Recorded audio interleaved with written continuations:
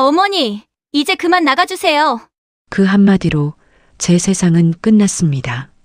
눈 내리던 밤 짐 하나 없이 집을 나왔어요. 그리고 그날 저는 다짐했습니다. 잊지 않겠다. 반드시 되돌려주겠다.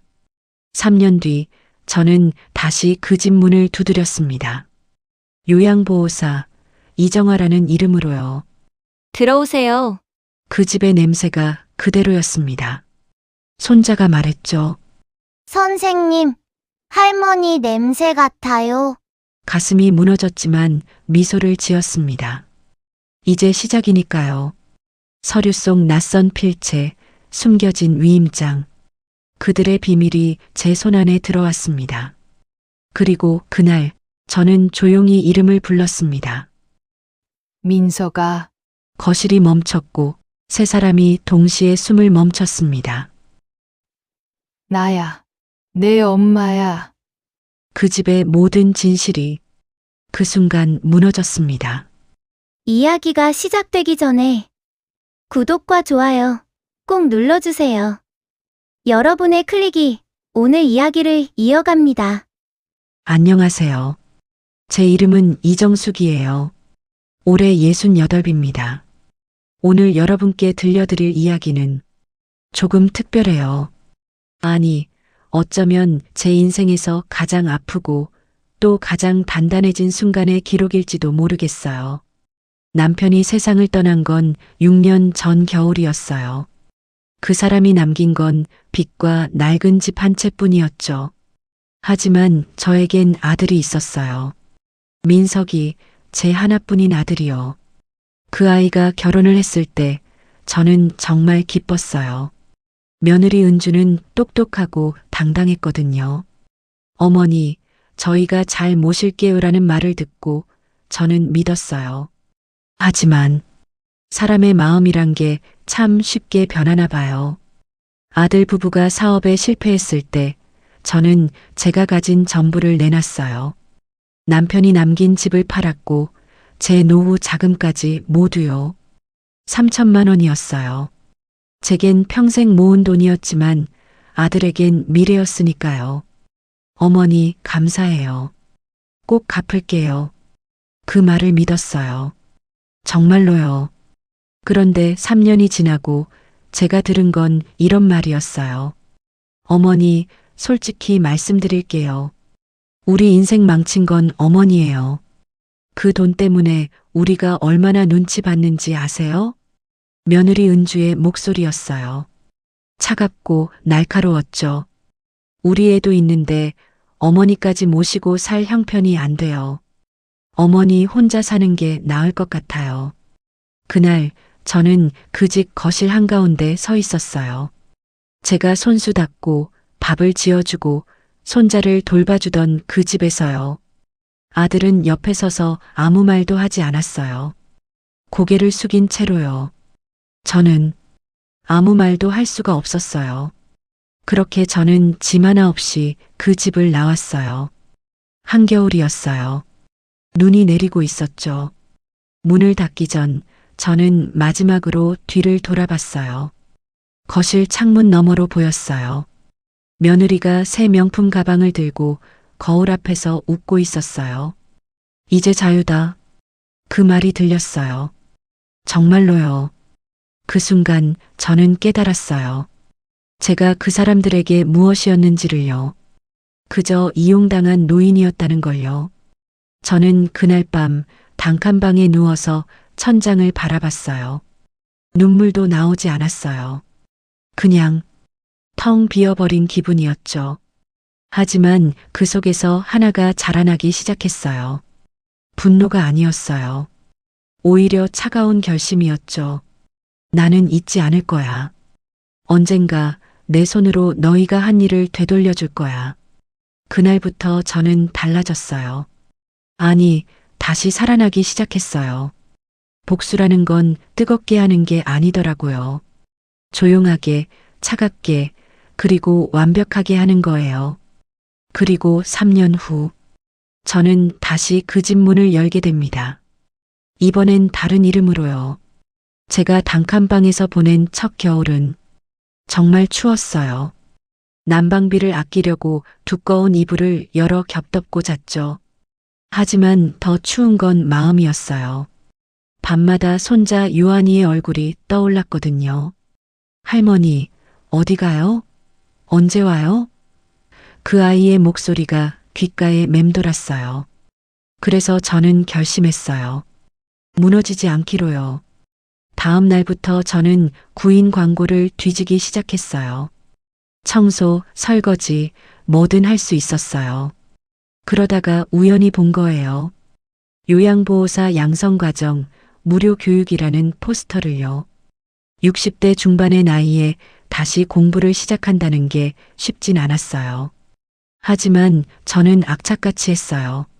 새벽같이 일어나서 교재를 읽고 실습을 나가고 시험을 봤죠.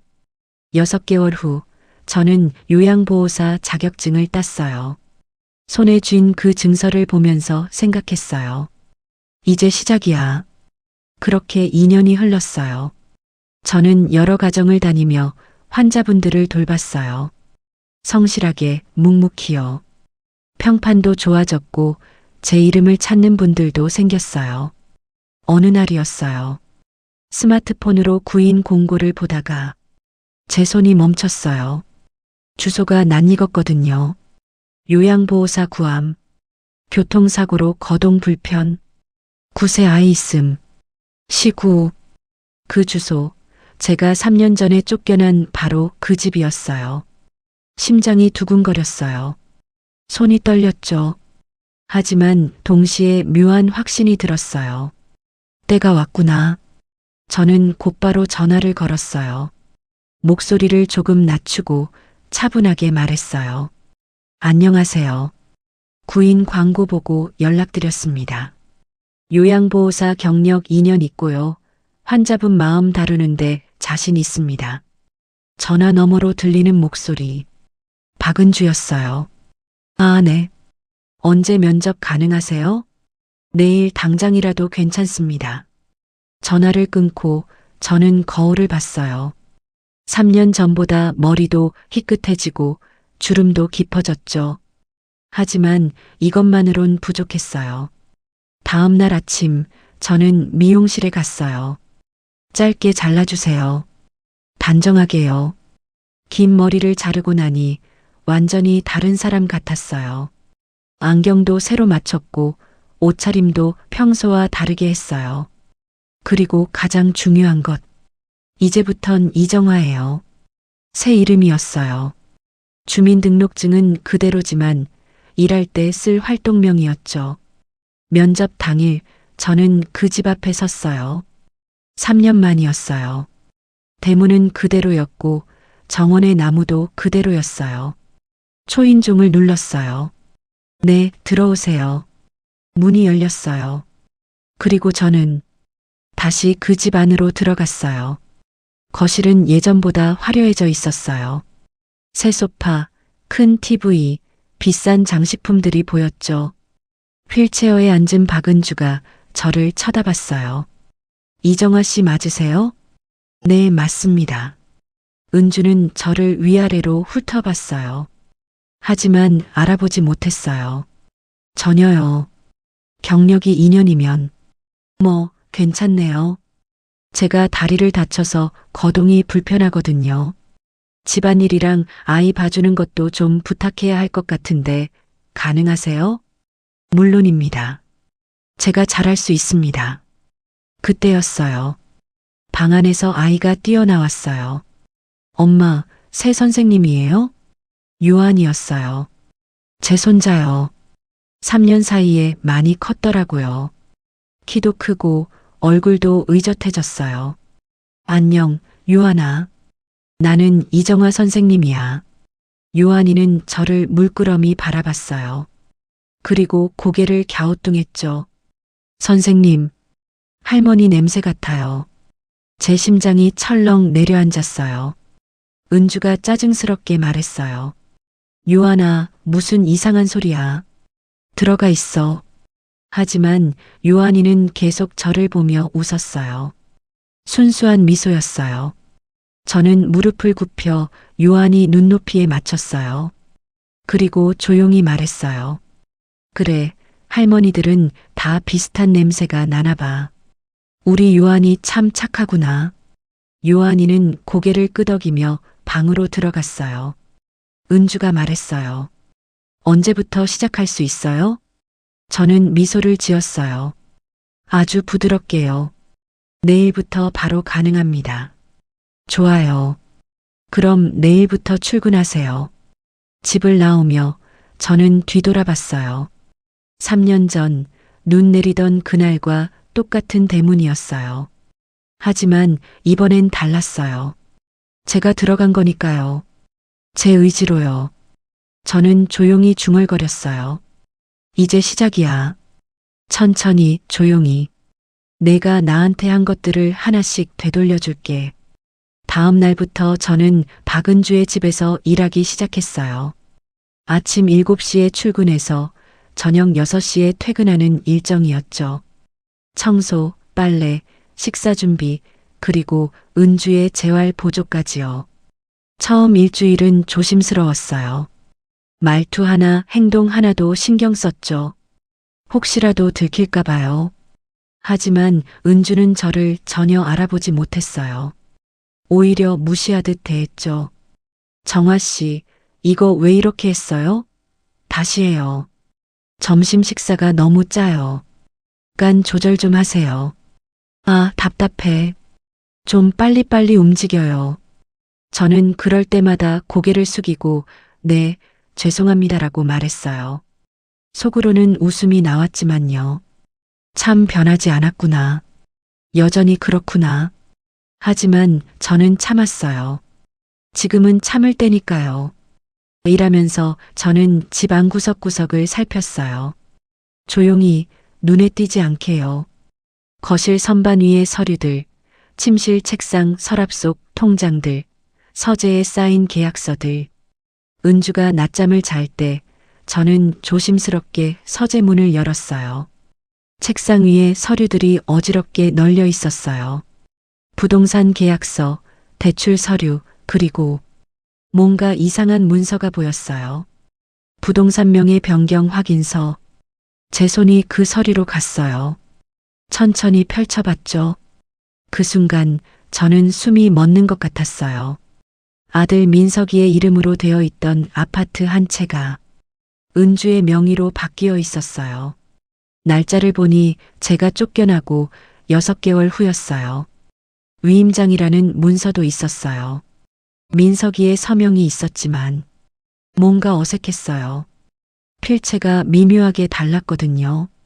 저는 재빨리 휴대폰으로 사진을 찍었어요. 손이 떨렸지만 흔들리지 않게 여러 장 찍었죠. 그리고 다시 원래대로 정리해뒀어요. 정화 씨? 뭐해요? 뒤에서 은주의 목소리가 들렸어요. 저는 깜짝 놀란 척하며 돌아섰어요. 아, 죄송해요.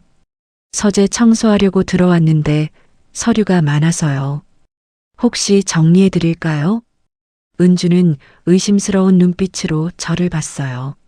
아니요, 건드리지 마세요. 중요한 서류들이니까. 그냥 먼지만 닦고 나가요. 네, 알겠습니다. 저는 조용히 서재를 나왔어요. 가슴이 두근거렸지만 표정은 평온하게 유지했죠. 그래, 역시 내 예상이 맞았어. 시간이 지나면서 은주는 점점 더 방심하기 시작했어요. 전화 통화를 제 앞에서 하기도 했죠. 응, 괜찮아. 남편은 해외에 있으니까 모를 거야. 그 돈으로 다음 달에 강남 오피스텔 계약할 거야. 시어머니, 진작에 내보냈지. 이제 신경 쓸 것도 없어. 그 말을 들으면서도 저는 설거지를 하고 있었어요. 표정 하나 변하지 않고요. 어느 날 저녁 요한이가 제게 다가왔어요. 선생님, 저랑 같이 숙제 봐줄래요? 그럼 요한아. 무슨 숙제인데? 가족 그림 그리기예요. 요한이는 크레파스로 그림을 그렸어요. 엄마, 아빠, 그리고 자기 자신을요. 그런데 그림 한쪽 구석에 작은 사람을 하나 더 그렸어요. 이건 누구야? 요한이가 조용히 말했어요. 할머니예요. 진짜 할머니요. 예전에 저랑 같이 살았는데 어느 날 갑자기 안 오셨어요. 제 눈시울이 뜨거워졌어요. 요한아, 할머니 많이 보고 싶어? 요한이는 고개를 끄덕였어요. 그리고 조심스럽게 물었어요. 선생님, 할머니 냄새 나요. 할머니랑 똑같아요. 저는 요한이의 머리를 쓰다듬었어요. 눈물이 날 것 같았지만 참았어요. 그래. 그럼 선생님이 요한이 할머니 대신 많이 안아줄게. 요한이는 제 품에 안겼어요. 따뜻했어요. 조금만 기다려, 요한아. 할머니가 곧 모든 걸 바로잡을게. 그날 밤 집에 돌아와서 저는 찍어둔 사진들을 다시 봤어요. 명의 변경 서류, 위조된 위임장, 대출 서류까지. 은주가 아들 몰래 재산을 빼돌린 증거들이 제 손에 있었어요. 저는 노트북을 켜서 그 자료들을 정리하기 시작했어요. 하나하나 날짜 순으로 증거별로요. 그리고 조용히 중얼거렸어요. 이제 준비가 거의 다 됐어. 조금만 더 기다리면. 다음 날 은주가 친구와 통화하는 소리가 들렸어요. 민석이가 다음 주에 잠깐 귀국한대. 아, 귀찮아. 또 돈 달라고 하겠지. 제 귀가 번쩍 뛰었어요. 다음 주 아들이 온다고? 그 순간 모든 퍼즐이 맞춰지는 것 같았어요. 때가 온 거예요. 제가 기다리던 그 순간이요. 저는 설거지를 하면서 조용히 미소 지었어요. 다음 주면 모든 게 끝나겠구나. 복수는 차갑게, 조용히, 그리고 완벽하게 이루어지는 거예요. 이제 막이 오르려 하고 있었어요. 다음 주가 되었어요. 아들 민석이가 귀국한다는 날, 저는 평소보다 더 일찍 출근했어요. 심장이 빠르게 뛰었지만 겉으로는 아무렇지 않은 척했죠. 은주는 아침부터 분주했어요. 화장을 진하게 하고 새 옷을 꺼내 입었어요. 정화 씨, 오늘 남편이 와요. 점심 준비 좀 신경 써서 해주세요. 네, 알겠습니다. 저는 부엌에서 음식을 준비하면서 거실을 살폈어요. 테이블 위에 서류 몇 장이 놓여 있었어요. 은주가 민석이에게 서명 받으려고 준비한 것 같았죠. 또 뭘 숨기려는 건지. 오후 2시쯤 초인종이 울렸어요. 문이 열리고 3년 만에 보는 아들의 목소리가 들렸어요. 다녀왔습니다. 어머 여보, 왔어? 저는 부엌에 서서 숨을 깊이 들이마셨어요.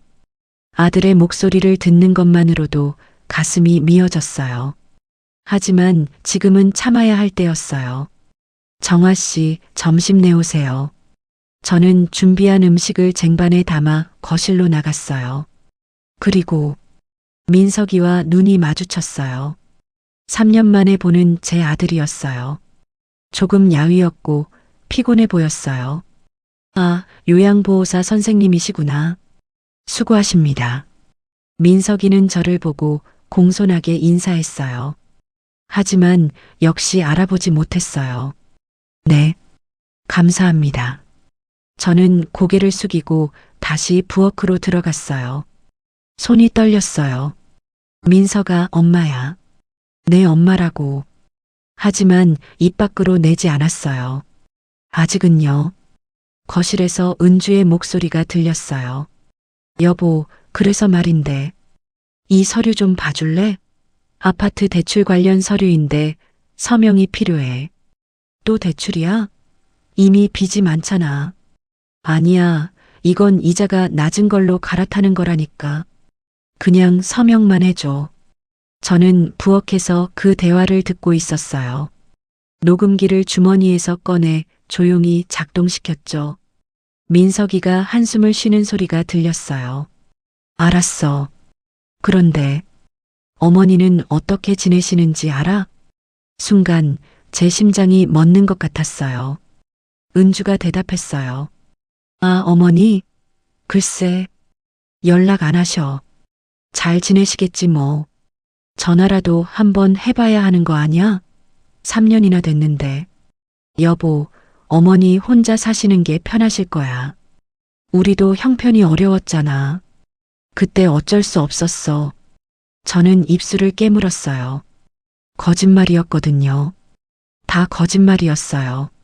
그래도 가끔은 미안해. 어머니가 우리한테 해주신 게 얼마나 많은데. 그만해. 과거 일 끄집어내지 말고. 자, 여기 서명해. 저는 더 이상 참을 수가 없었어요. 쟁반을 들고 거실로 나갔어요. 일부러 조금 시끄럽게요. 죄송합니다. 후식 가져왔습니다.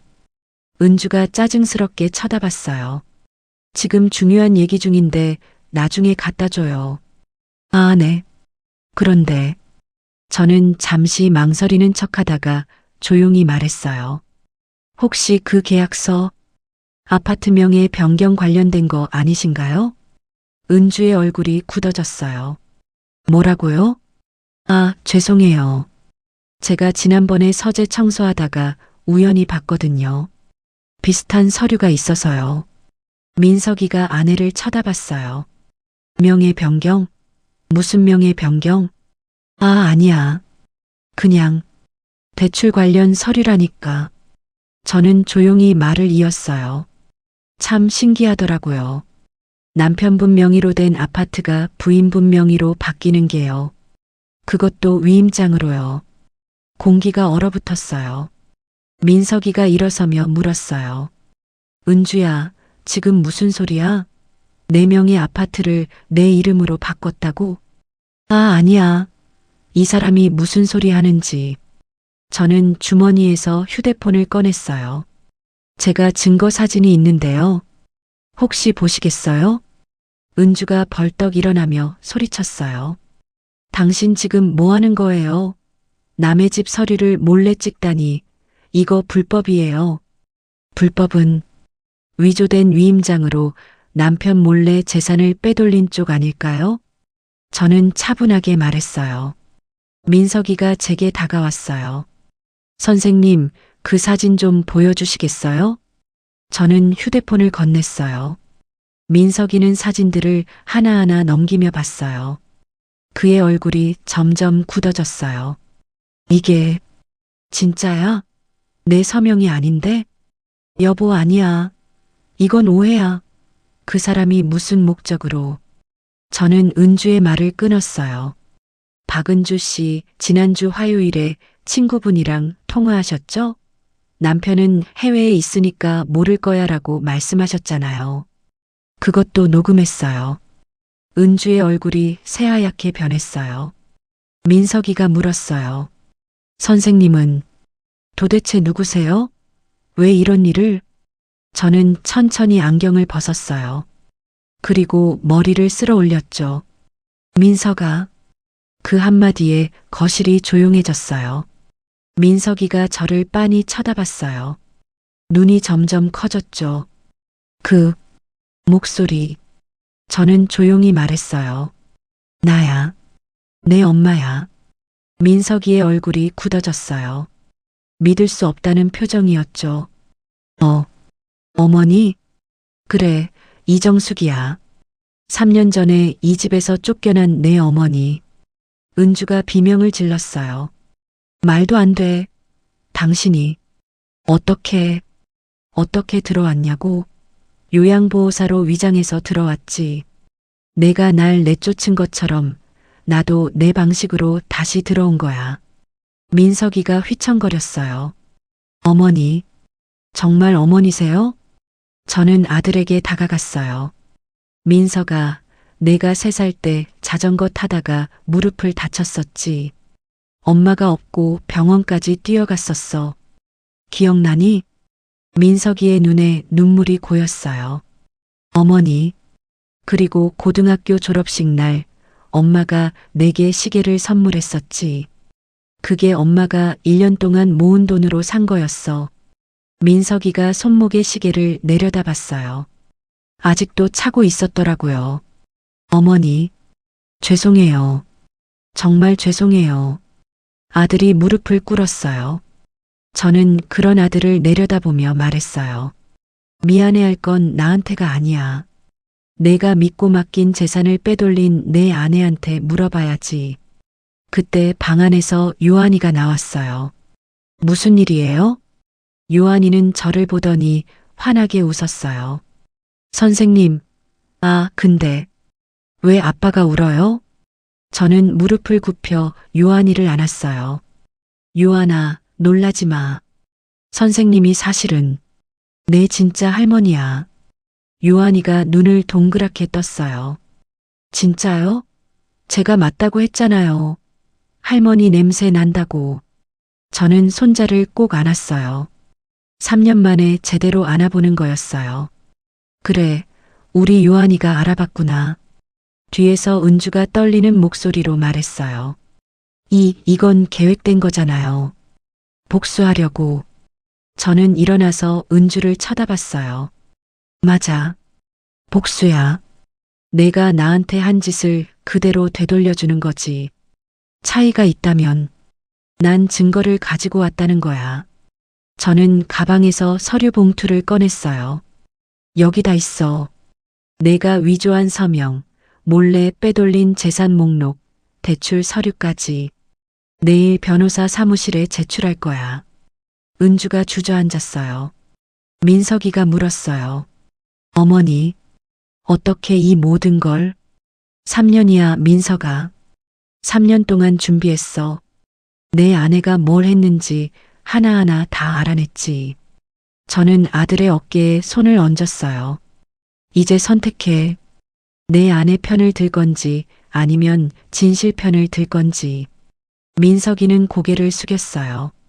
그리고 떨리는 목소리로 말했어요. 어머니, 정말 죄송합니다. 제가 정신이 없었어요. 저는 고개를 끄덕였어요.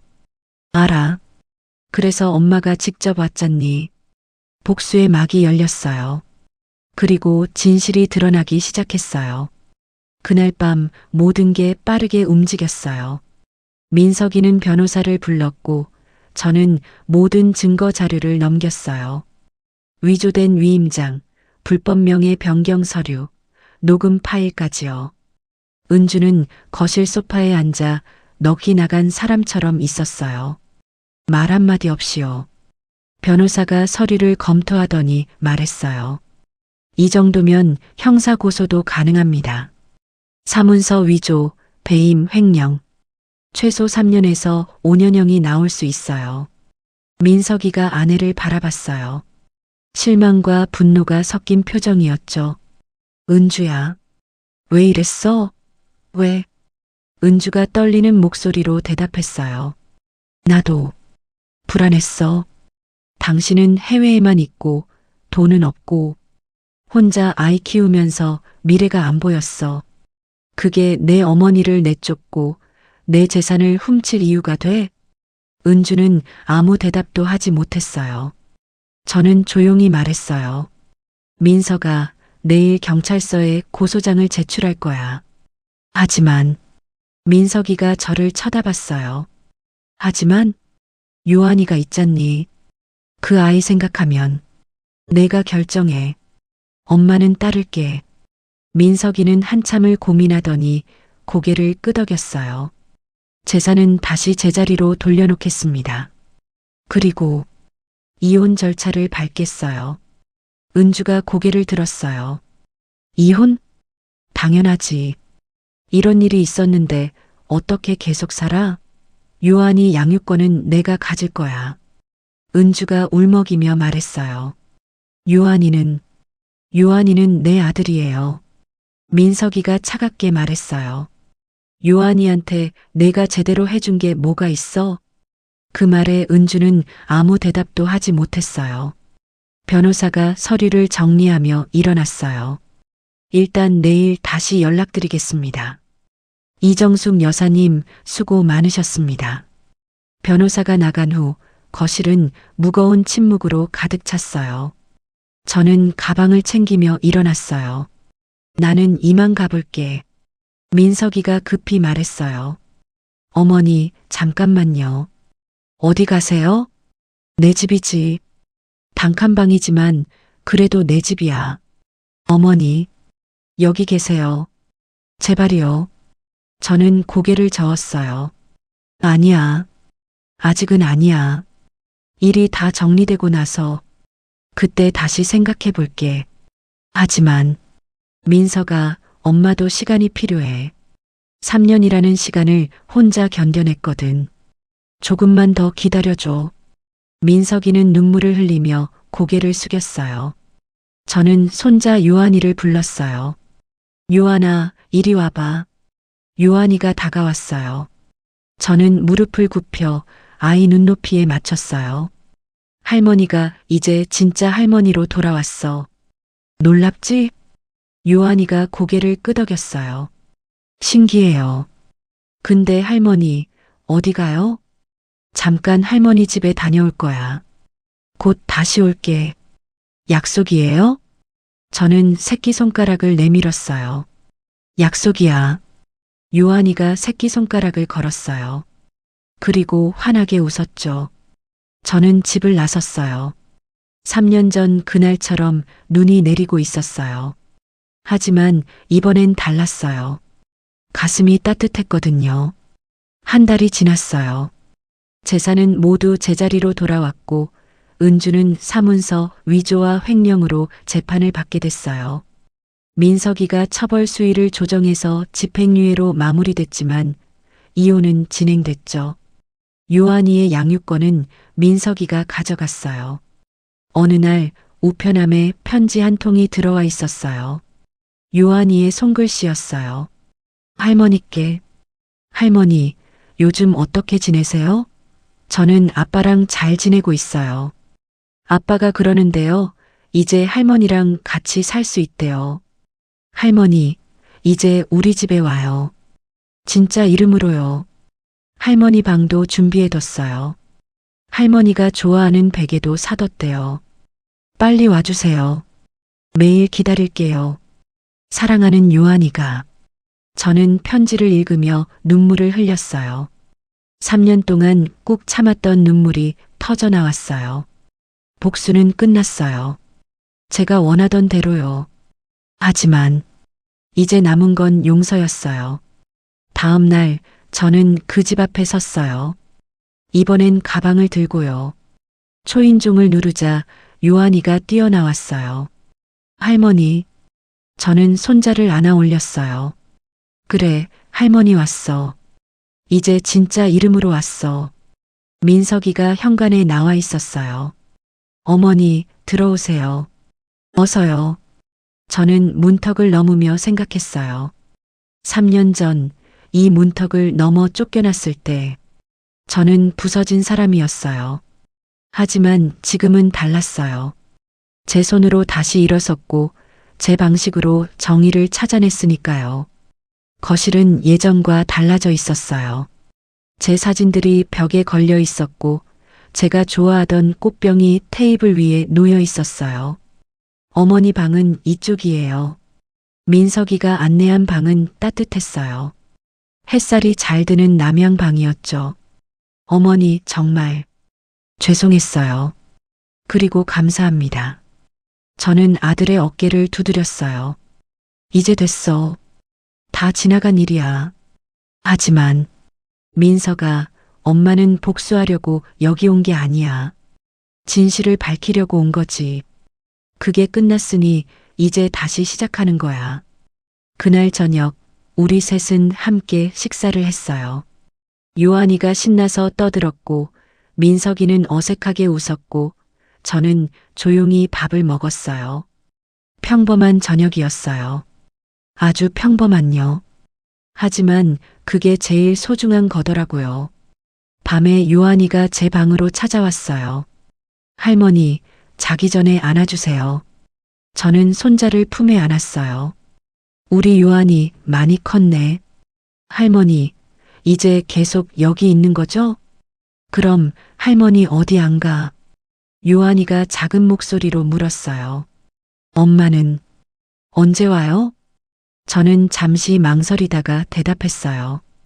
요한아, 엄마는 지금 혼자 생각할 시간이 필요해. 나중에 요한이가 더 크면 만날 수 있을 거야. 엄마가 잘못했어요? 응, 잘못했어. 하지만 사람은 실수할 수 있어. 중요한 건 그 실수를 인정하고 다시 시작하는 거야. 요한이가 제품에 더 깊이 파고들었어요. 할머니는 엄마 용서했어요? 저는 한참을 생각했어요. 용서, 정말 용서했을까요?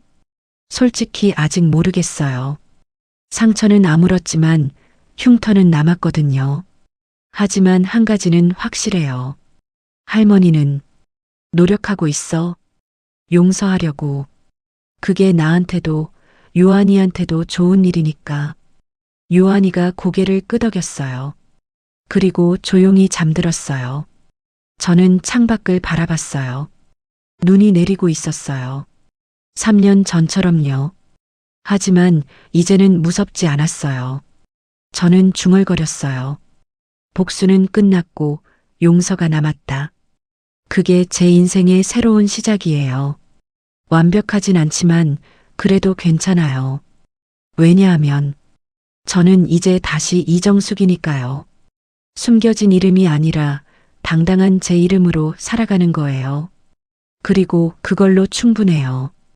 여러분, 제 이야기 들어주셔서 감사해요. 때로는 복수가 답이 아닐 수도 있어요. 하지만 진실을 밝히는 건 언제나 옳은 일이에요. 그리고 그 끝에는 용서가 기다리고 있더라고요. 저는 이제 그 길을 걷고 있어요. 천천히 하지만 확실하게요. 꽃길 하나에서 전해드린 오늘의 이야기, 마음에 닿으셨나요? 다음 이야기도 함께 하고 싶으시다면 구독과 좋아요 잊지 마세요. 여러분의 관심이 다음 꽃길을 피워냅니다.